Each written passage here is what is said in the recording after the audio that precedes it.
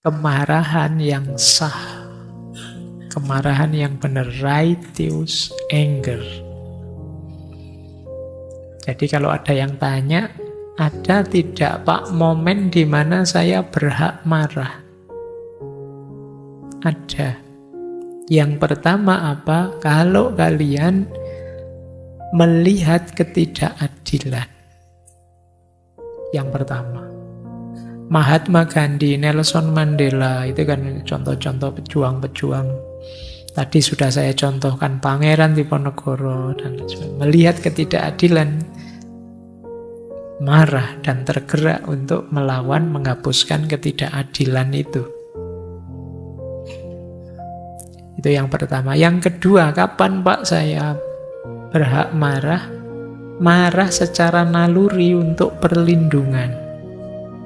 Ya di situ saya contohkan ibu yang melihat anaknya terancam misalnya, maka dia marah kemudian ingin melindungi anaknya. Kalian mungkin jiwamu terancam, nyawamu terancam, harga dirimu terancam dan lain sebagainya. Yang itu sifatnya positif dan terancam jadi negatif, kalian boleh marah. Yang ketiga, marah yang mendorong pada kebaikan. Jadi, saya kok ndak bisa ya serajin teman saya itu, jengkel saya, marah saya pada diri saya sendiri. Kok saya ndak bisa sebaik itu, kok saya ndak bisa setekun itu, kok saya ndak bisa. Nah, itu marah kayak gini boleh. Marah yang mendorong pada perbaikan. Jadi dengan 3 alasan ini kalian boleh marah. Tapi syaratnya 3. Yang pertama, kendalikan kemarahan itu bukan kalian yang dikendalikan oleh kemarahan. Yang jelas kemarahan tidak boleh menguasai kita. Kita yang harus menguasai kemarahan. Yang kedua, tujuannya untuk kebaikan. Tidak sekedar balas dendam. Pak, saya harus marah, Pak. Karena teman saya ini sudah sangat jahat. Karena saya cinta, sayang dia, ya tetap saya tegur dia. Sedikit saya kasih hukuman biar dia jadi lebih baik. Ini namanya tujuannya untuk kebaikan. Hukumannya adalah dia tidak boleh bareng motor saya sampai saya lulus misalnya. Nah, itu contohnya. Tujuannya apa? Kebaikan, biar dia sadar bahwa yang dia lakukan itu negatif. Tidak semata-mata untuk balas dendam. Dan tentu saja diungkapkan dengan cara yang tidak merugikan. Jadi selalu cari cara yang menguntungkan. Kadang-kadang kayak di pesantren-pesantren itu dihukum, disuruh menghafalkan surat ini atau disuruh nulis ayat ini. Itu kan tujuannya bukan tujuan yang negatif. Misalnya hukum itu hukuman yang positif. Jadi diungkapkan dengan cara yang tidak merugikan. Misalnya dosen marah pada mahasiswanya, misalnya kamu saya hukum selesaikan 5 buku ini dalam waktu 1 bulan, kamu tulis reviewnya. Ini kan melampiaskan kemarahan, menghukum mahasiswanya, tapi tidak rugi. Mahasiswanya juga untung karena dia dapat wawasan banyak dari 5 buku itu. Ini yang disebut righteous anger. Kemarahan yang benar, yang diperbolehkan. Bukan kemarahan yang menggelapkan hati tadi. Lanjut ya, ini teori dari seorang psikolog. Mungkin menarik untuk teman-teman ya. Saya baca cepat saja mengingat waktunya. Seandainya kalian punya teman yang toksik, jenis toksiknya adalah selalu membuat kamu marah. Apa yang harus kamu lakukan? Ya, yang pertama, kendalikan emosi. Harus tetap kontrol. Boleh pakai ambil nafas dalam-dalam berapa kali. Atau menghitung saja sampai 10 kali. Kalau pas lagi marah terus kamu ngitung 1, 2, 3. Masih marah teruskan sampai 20. Masih marah teruskan sampai 100. Sampai marahmu reda. Ini tipsnya, ini basicnya ini ya, untuk masih tetap terkontrol. Kamu merasa sangat gelap, tidak kontrol sama sekali ya, ambil nafas dalam-dalam, hitung.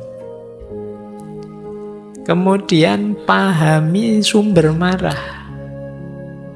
Coba kamu tanya, apa sih yang membuatmu marah dari temanmu itu? Kira-kira dia itu sengaja melakukannya, atau ya dia memang modelnya begitu, aku saja yang baper. Kadang-kadang ya memang teman kita tipenya memang begitu.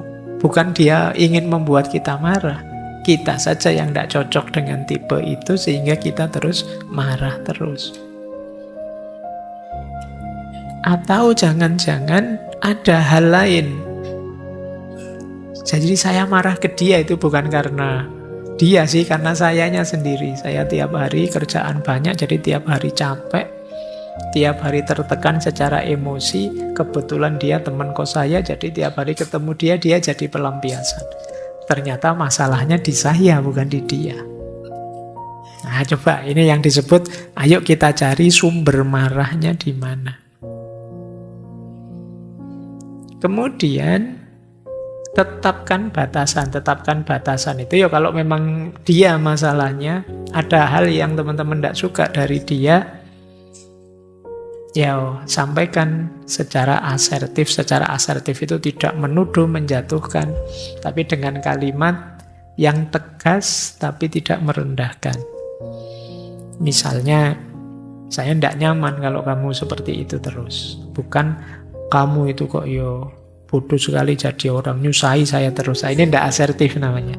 Coba pakai kalimat yang lebih asertif, biar temanmu nyaman juga, meskipun kamu tegur. Kalau masih sulit, jaga jarak saja, tidak apa-apa. Ada kalanya memang kita punya teman yang sangat toksik, ya kita memang agak harus menjauh. Kalau kita merasa tidak kuat, terus-terusan deket dia. Kalau sudah masih sulit juga, pakai tips selanjutnya, belajar untuk tidak baper. Ini mulai agak cuek. Caranya gimana? Yang pertama, sudahlah, dia memang kurang ajar, tapi yo dia, saya. Terserah dia mau apa, saya tidak ngefek ke saya. Itu cara pertama untuk tidak baper. Bukan saya kok itu, dia. Jadi ngapain aku harus susah oleh kelakuan dia? Aku ya diriku. Dia tidak bisa menyakitiku kalau aku tidak mengizinkan diriku disakiti. Nah, ini gaya stoiknya muncul.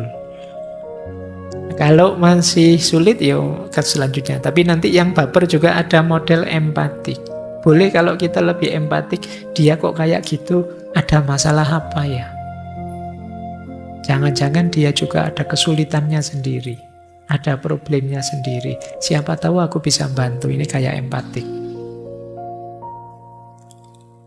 Kalau masih sulit, ganti fokus. Nggak usah bahas dia terus, nggak usah lihat dia terus, nggak usah perhatian dia terus. Urusi yang lain yang tidak menyulitkan kita. Kalau sudah sampai titik itu masih tetap nggak bisa, saatnya nyari bantuan orang. Konseling, membuat kita tenang, minta nasihat teman lain yang bisa dicurhati. Sampai di titik terakhir kita bisa memaafkan dia.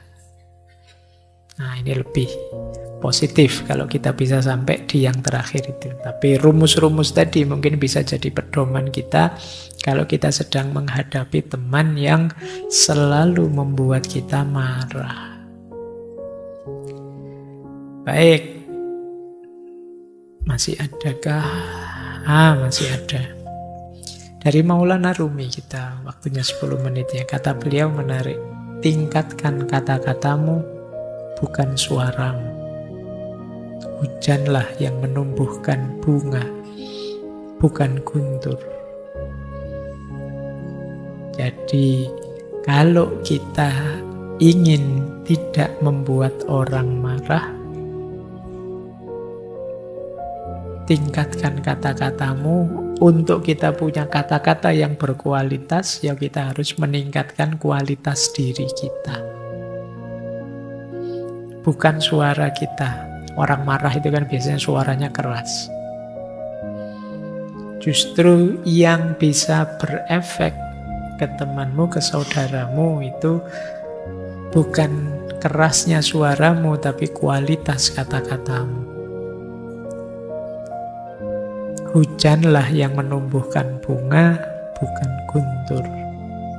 Ini kata Maulana Jalaluddin. Jadi, kalau memang kamu ingin menegur karena kemarahanmu, mengekspresikan luka dirimu pada orang lain, ya jangan dengan marah meninggikan suara. Tidak akan terlalu ngefek, paling hanya mengagetkan saja. Cari kalimat-kalimat yang bisa menyentuh dia, kata-kata yang berkualitas yang bisa menyadarkan dia.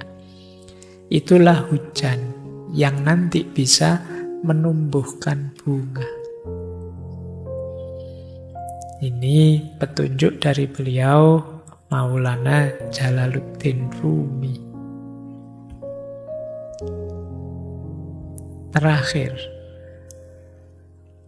ya, dari Rasulullah, la taghdab walakal jannah. Simple ya, jangan marah maka engkau akan mendapatkan surga dalam hidupmu. Ya termasuk surga di akhirat nanti. Ini saya maknai surga secara luas karena saya teringat ada cerita dari Zen Buddhisme, ada hubungannya dengan surga dan kemarahan. Jadi ada seorang pendeta Zen Buddhisme namanya Hakuin. Dia ini satu ketika didatangi oleh seorang samurai. Samurai ini tanya pada pendeta ini, "Wahai pendeta, coba jelaskan ke saya, apa itu surga, apa itu neraka?" Hakuin ini diam saja, terus tiba-tiba dia begini, "Alah, kamu prajurit rendahan aja pangkatmu apa kok tanya-tanya saya pertanyaan tinggi kayak gitu, Mbok sudah nggak usah tanya aneh-aneh, levelmu itu apa?" Wah, marah sekali samurai ini. Wah, dia sudah nyabut katananya, ingin menggal pendeta itu. Begitu dia marah ingin menggal pendeta tadi, Hakuin bilang, "Nah, itulah neraka." Nah, begitu ditunjuk itulah neraka, sadarlah samurai, oh iya ya, berarti memang neraka itu kalau situasi saya sedang marah, tidak terkendali, pikiran buntu, hati gelap, tindakan tidak terkontrol. Wah, terima kasih Hakuin, saya sadar sekarang, tercerahkan saya, berarti kondisi neraka itu seperti itu. Terus dia bilang, nah sekarang itulah surga. Jadi kamu sekarang sadar, tercerahkan, pikiranmu jernih, hatimu terbuka. Makanya la taghdab walakal jannah. Jangan marah, maka engkau akan mendapatkan surga.